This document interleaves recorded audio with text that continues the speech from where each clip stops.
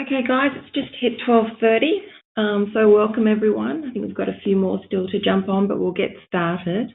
We're really pleased to be kicking off our October CTO webinar series. These are short, bite-sized sessions covering off the hot technology topics of the day. I'll just quickly introduce our speakers, and then we'll get started. Bring the slide here.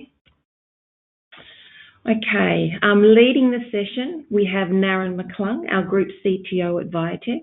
Naren is really instrumental in setting the technological direction and I guess pace at Viatek, and a big advocate of the software-defined approach to help businesses become more agile and responsive to change. And Naren's joined by Brett Waddington, who runs the VeloCloud business in ANZ. Brett's been in the technology space for 15 plus years and has lived through many network and telco evolutions.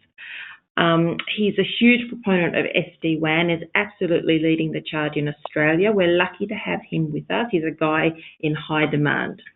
And manning the chat station, we have Scott Spalding, a senior technical consultant at Viatek. Scott spends much of his day with customers demoing our SD WAN solution. And he'll be answering questions live throughout the session. We want you to get the most value out of this webinar as possible, so please do submit your questions and we'll get them answered. Okay, Naren, over to you. Yeah, thank you, Prue. Okay, so this is, as Prue said, this is the first of a series of webinars that we'll be running over the next few weeks, this one being on SD WAN. In the coming weeks, we'll also be covering threat defense, simplified hybrid IT, and the ISDN shutdown and what that means. So it's really around how do you address business change with emerging technologies. So I guess it's my job, and I often boast that I think I've got the best job in the business in that I get to travel around, I get to meet people all throughout Australia. I get to talk to metro customers, regional customers, and in the context of SD WAN, there are some subtle differences between a traditional metro customer and regional customers. What we find is that our metro customers are further along the cloud journey and have made a greater cloud shift, and largely due to having access to better connectivity is I guess, the big influence there. And what our metro customers are looking for to gain benefit from the SD WAN capabilities is having greater visibility and greater control of their network. Services are now delivered across all different areas, be that through a hyperscale provider like Microsoft with Office 365 or AWS, could be within your own data center, within private clouds, hybrid or locally. So with services delivered everywhere, it's really around visibility and having greater control of the services that are going to operate across those networks. In the regional space, it's a bit different. And that's certainly across regional New South Wales and Victoria. Cloud shift has been hugely influenced by a lack of access. Where access to connectivity is available, it's hugely cost prohibitive. So that then in turn seems to have an influence on trust, in that if your network is super expensive, it's out of reach, or maybe the quality of network isn't where you need it to be, then you're not going to shift more workloads or services across that network. So cost is a big issue, and quality is another huge issue there. Okay, so SD WAN, so VeloCloud's technology, certainly for our metro customers, is really allowing them to embrace what software-defined means. And software-defined is really around having the visibility of your network in such a way that you can make really valuable, pragmatic decisions. It's around control as well, and being able to direct traffic and manage the quality of the services across your network in the way that you need to. Link conditioning is a big one as well, so making sure that your network is performing optimally, and Brett's going to talk about the aggregation of services and the way VeloCloud works. All of these things need to be fingertips, and we're a huge proponent of software-defined. Software-defined really needs to be the promise of agility and responsiveness, and that's what it should mean to your network, and at a fraction of the cost. And for our regional customers, it's really got to be about trust, right? You really should trust in the network that you have available. You should be able to trust in being able to consume really consumer-grade network services as well, and, those super expensive business-grade services, they're not necessarily the right decision anymore. We think that's a really positive change in the industry. And if you can trust in your network, you can trust in the quality of services that are going to run over that network and failover scenarios. So with that, I'm going to hand over to Brett, who's going to go into a little bit more detail as to what SD WAN is as a concept. Thanks very much, Naren. And hi, guys. Thanks for listening. And I'm Brett Waddington from VeloCloud. Look, let's jump straight into it. And what is SD WAN? Look, there's lots of different vendors out there. There's lots of different players out there talking about SD WAN. If I cast your mind back to like 2004, there was a company called Amazon that decided to sell off its excess capacity, and they developed something called the cloud. Within 2 or 3 years, there was many people claiming to have a cloud. There's now only about 3 left.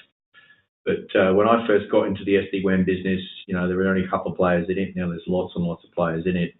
But let me tell you this, not all of it is actually SD WAN. So customers really need to take, and if you're looking at SD WAN, you really need to have a good look at what it actually provides. So Gartner definition is being able to support multiple access and connection types, which means plugging in multiple different types of WANs. If it doesn't support that and failover between those, then it's not really doing its job in terms of software defined and separating out the control and data planes and the forwarding plane.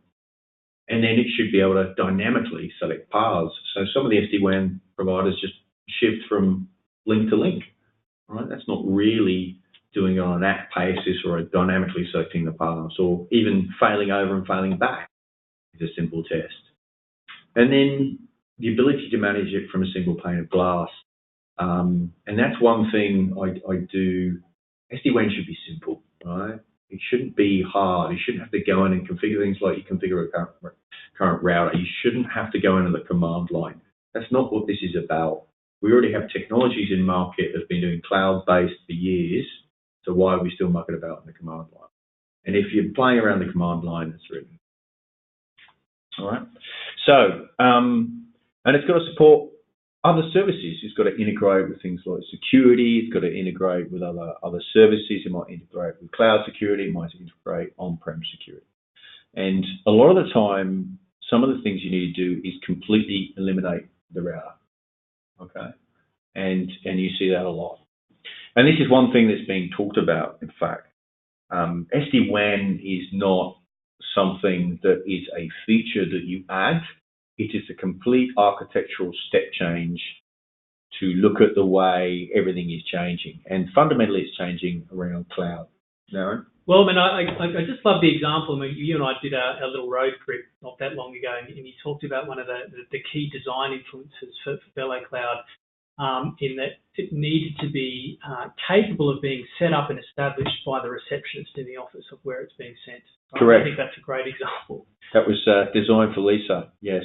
Indeed. That was our CEO, Sanjay, at the time, who said it doesn't pass muster unless Lisa, his office manager at the time, could actually do the install. Exactly.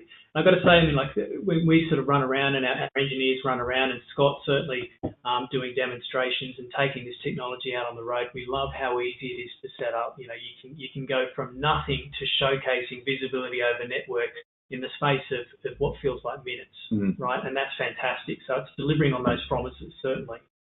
So look, I mean, it's about simplification. Things aren't getting simpler in terms of networking and applications. The applications sit everywhere now. They sit in data centers. They sit in all the clouds.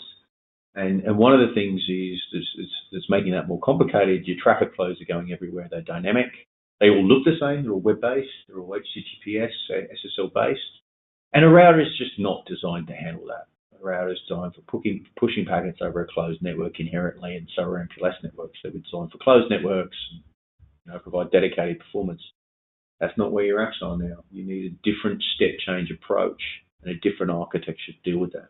So you're just looking at a step change in networking.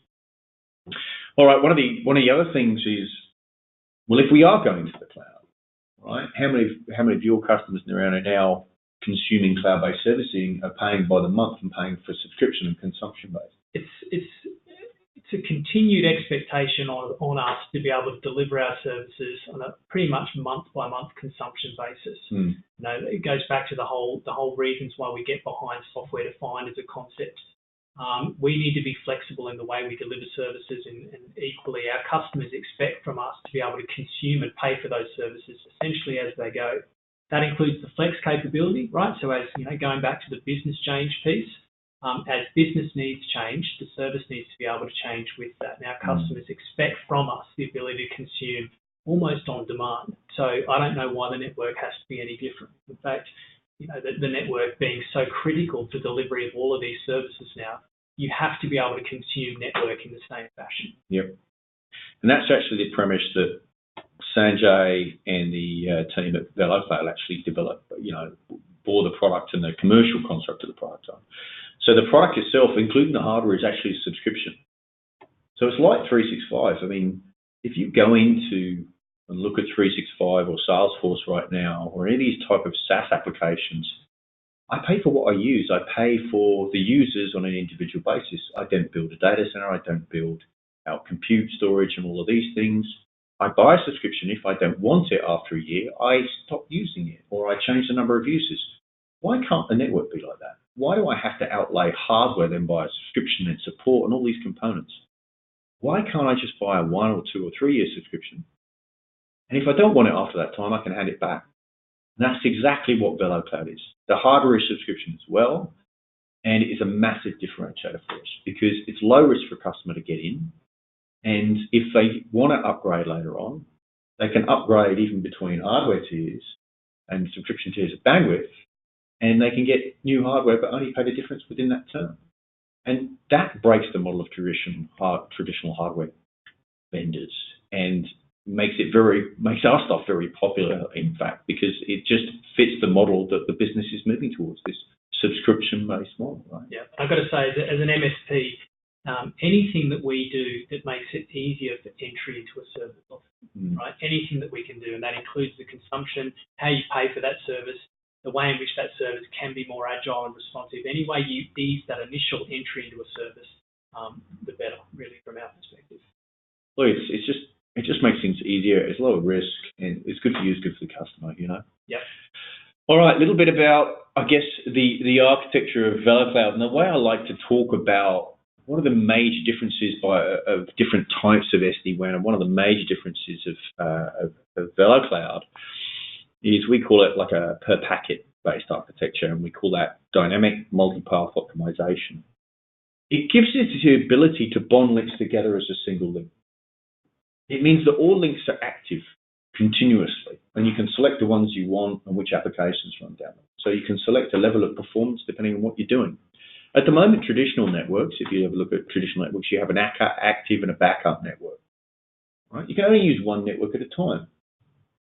Most SD-WAN looks at basically what we call path-based, and you pin an application to a particular link, and if that link fails, it moves over.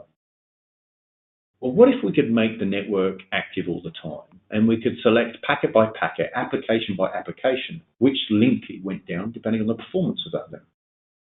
Well, then we'd dramatically increase the reliability of that application running over multiple networks simultaneously, packet by packet. But we'd also use more of the network. So the more links you put into a VeloCloud bot, the higher the availability becomes for that particular application running over the network, if you do so deem, and the more of the network you can possibly use. And this is very important for our regional customers, right, who can't get the access, who traditional networks would only be able to pick one provider and use it as a primary link. Well, what if I've got DSL and I'm delivering MPLS over that, and then I get NBN on internet, and then I get a 4G backup? I can use all of those links simultaneously, or I can use two of them and use the 4G as backup. And I can bond those links together, which means I'm solving one of the key problems. The other key problem we solve is what we have with this dynamic multipath optimization. We create a far more deterministic outcome for the network. And we're pretty much famous for delivering real-time traffic over the internet. We've got multiple links, we can deliver voice, video, all those kinds of services over it. We have customers who run call centers on the internet internationally, right? Multiple of them. We have a lot of the UC providers in the United States use this to replace MPLS to deliver their services. So it's one of the things that we do really, really well.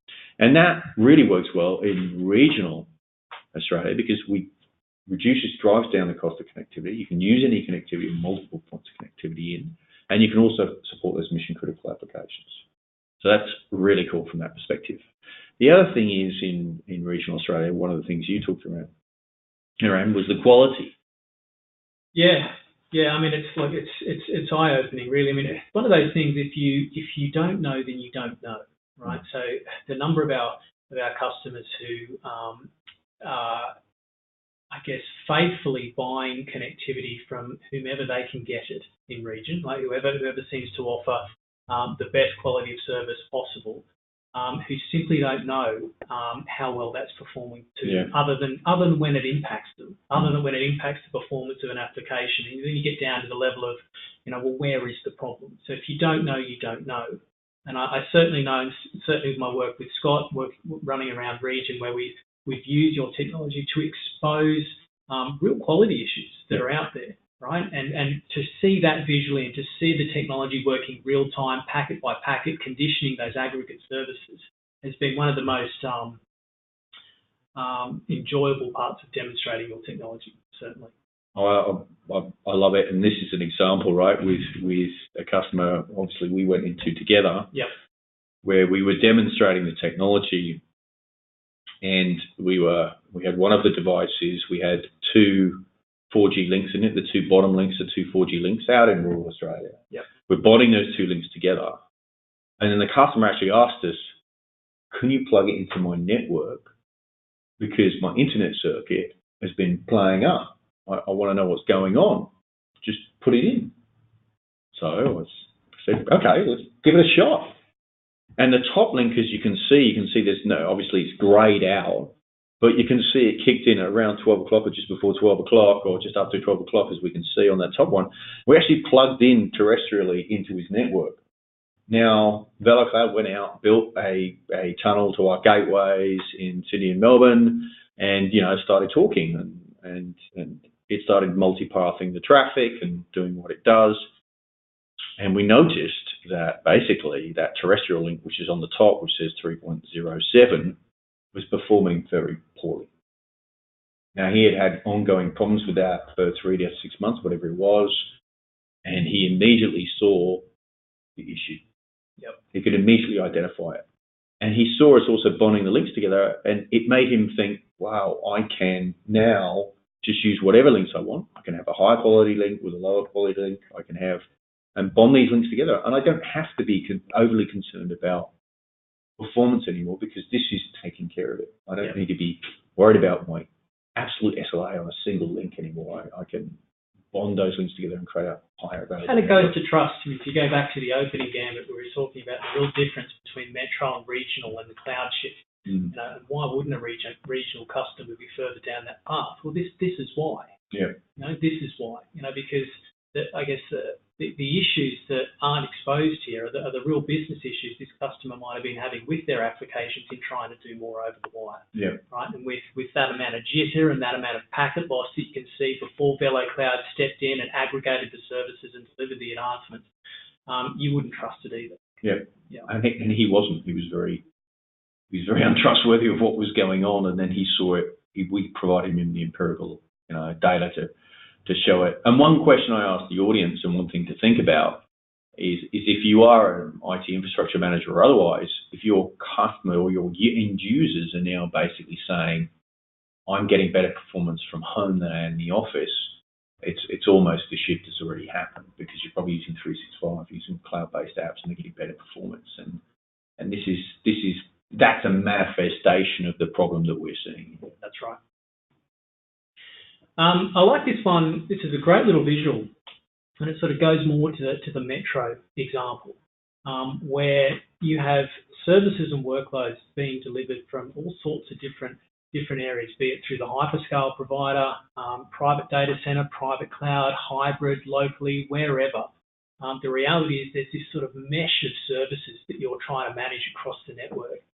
And traditional ways, as Brett's talked about, where you'll try and manage a particular application across a particular path with certain scenarios that you're trying to preempt and manage up front.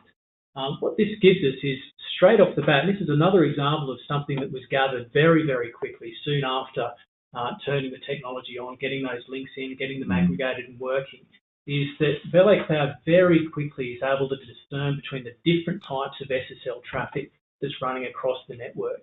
And straight away, it gives you the ability to apply whatever business rules, prioritizations that you want based on the services that it's automatically picked up. We didn't have to go in there and configure, endpoint IPs or anything like that for these services. Cloud-based technology, VeloCloud knows, right? And straight away, it gives us an ability to manage the network in a way that was previously unavailable. So really great screenshot showing straight off the bat, within minutes of setting this stuff up, just what VeloCloud was able to pick up on, which is really quite useful. And it goes back to your point about, trying this in terms of, it's a low risk approach because it's a subscription, but trying it in terms of, getting it in there and understanding what your environment is doing. That's right. And you can't, if you don't know what you don't know, you can't make intelligent decisions about what to do next, right? About the carriage and about your network or how to migrate to the cloud if you don't know what's going on. If, 60% of your network is clogged with iOS over-the-air updates, as we can see there, if we combine that with the Apple traffic there, you've got a significant amount of traffic running there, right? And YouTube, I can't believe you've got YouTube running there, So, and what's that?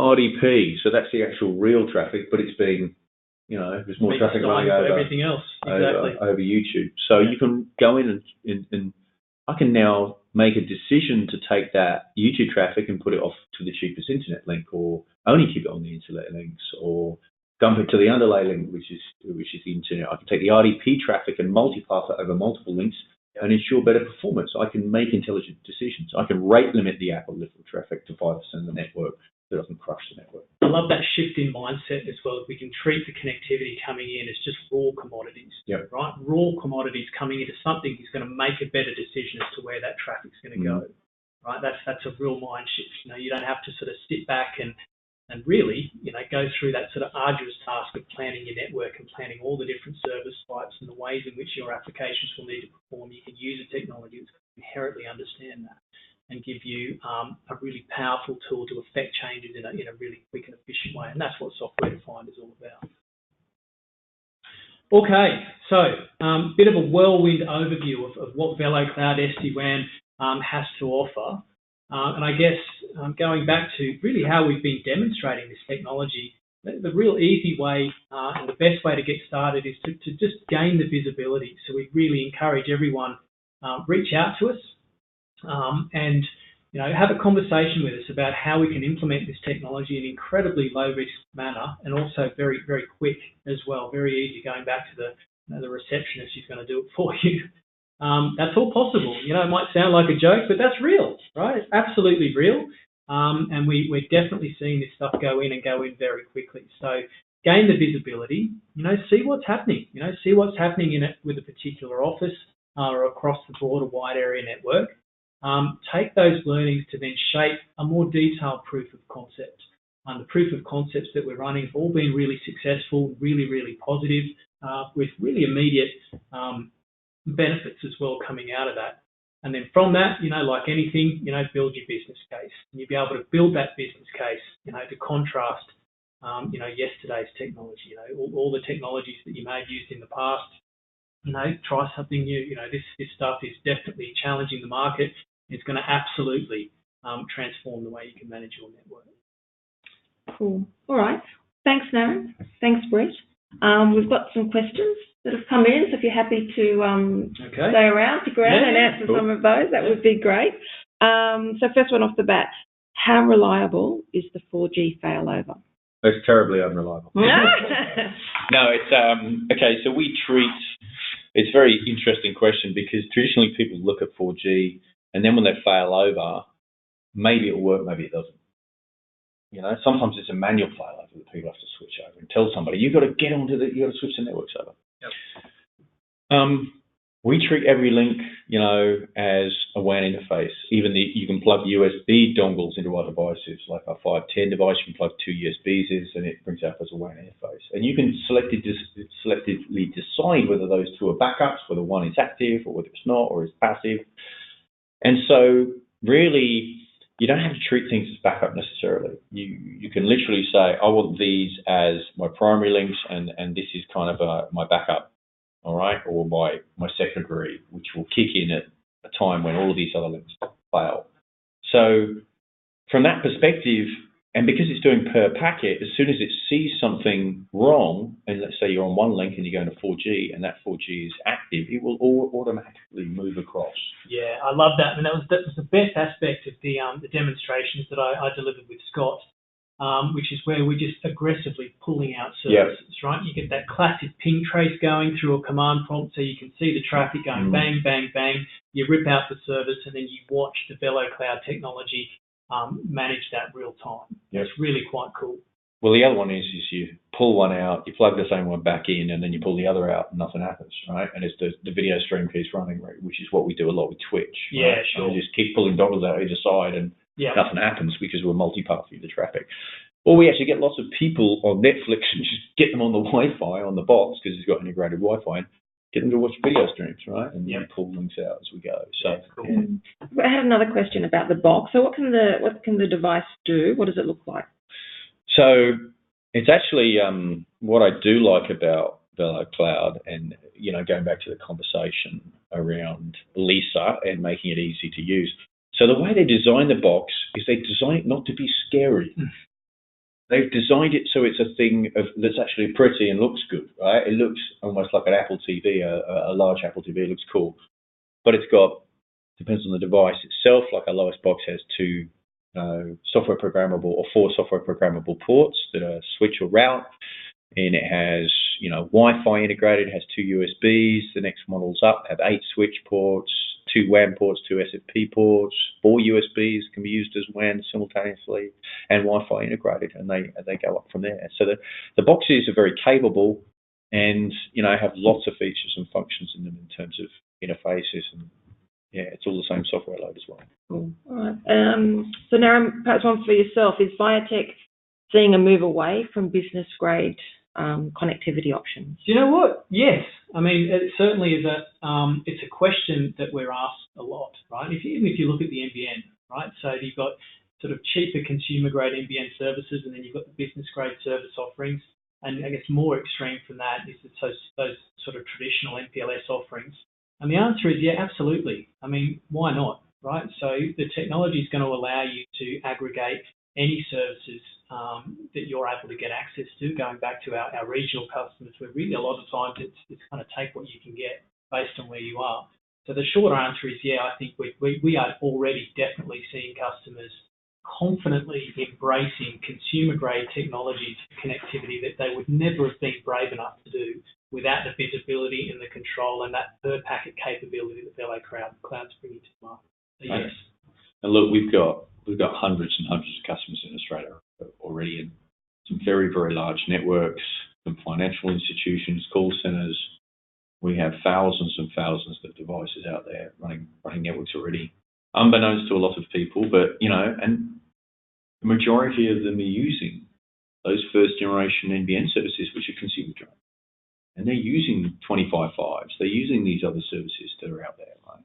And they're using it either in conjunction with SD MPLS, or they're actually going the whole hog. Yep. All right, they're going the whole hog on this stuff and just going pure internet, right, with a 4G backup or 2 internets, whatever they want. Yeah, that's really, really quite confidence inspiring. It is. Once you see the technology working and you get through a proof of concept and get into your second month, and it goes back to trust. As soon as you can trust those aggregate services, then it starts to influence the cloud shift. Okay.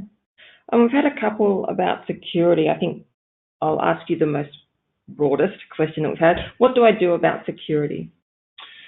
So that's a really good question, because you have to consider what the security implications are, and it's one of those things where you've got to consider that I might have a firewall that's centralized where all my apps are, and I funnel everybody through it. and but a lot of my traffic is going out the internet. So that becomes that blockage, and I want to get to this world of SD WAN. So let's say I put SD WAN in, but if I break out the traffic from the branch, I'm exposing my branch now to the internet directly, and there's no firewall there. So what do I do? Well, some people trust certain applications, like you might trust 365, you might trust OneDrive, you might trust SFTC. They're all encrypted, right? And I trust those and are authenticated. So I might initially peel off those applications to go direct out of the branch too, but only selectively, and we can do that. And then other people, what other organizations do is they look at things like cloud-based security. Right? They look at things like, ForcePoint, Zscaler, Symantec, and we integrate off our gateways, which gives the ability to steer the apps that they want to put on, like YouTube and other things, selectively steer them into the, through the network into those cloud securities. And a lot of people do that. Yeah. So in conjunction, you can slowly migrate as your security posture as you see fit. And it's really deciding per app how I want to treat those. Is this something I want to put through the corporate firewall for a while? Am I not sure? Do I want to break it out of the branch because I do trust it, like 365, it's authenticated, it's encrypted? Or do I want to send certain traffic to Zscaler to get it inspected beforehand? So we see that as well. Yep. Alternatively, if you want an on-prem firewall in your branch, we also support Palo Alto VNFs actually running on top of our devices, our 520s and 840s, which is unique again. It's actually integrated in, which is the boxes. Yep. So it's really a trust discussion on those apps. But once you have that visibility that you talked about, Aaron, then Yep. you can start making those education decisions about which apps do you want to steer where. Yep. And you can use all of those services that I just talked about simultaneously on the network. Yep. Cool. Okay. And last one, unless another question comes through, how do I actually put it into my network? Does it replace the router? So there are various ways to insert into the network. We actually support BGP, OSPF, static routing. So what you want to do when you initially get in is in the data center, generally we advise you might put a device in there and we'll attract routes to it. We use BGP or static routes to attract traffic to us. So you don't need to go and replace those big honking routers that are in the data center you might have running. In the branches, generally over time, we replace the router completely because we are a full routing device. We're a routing stack. We do BGP, all those things.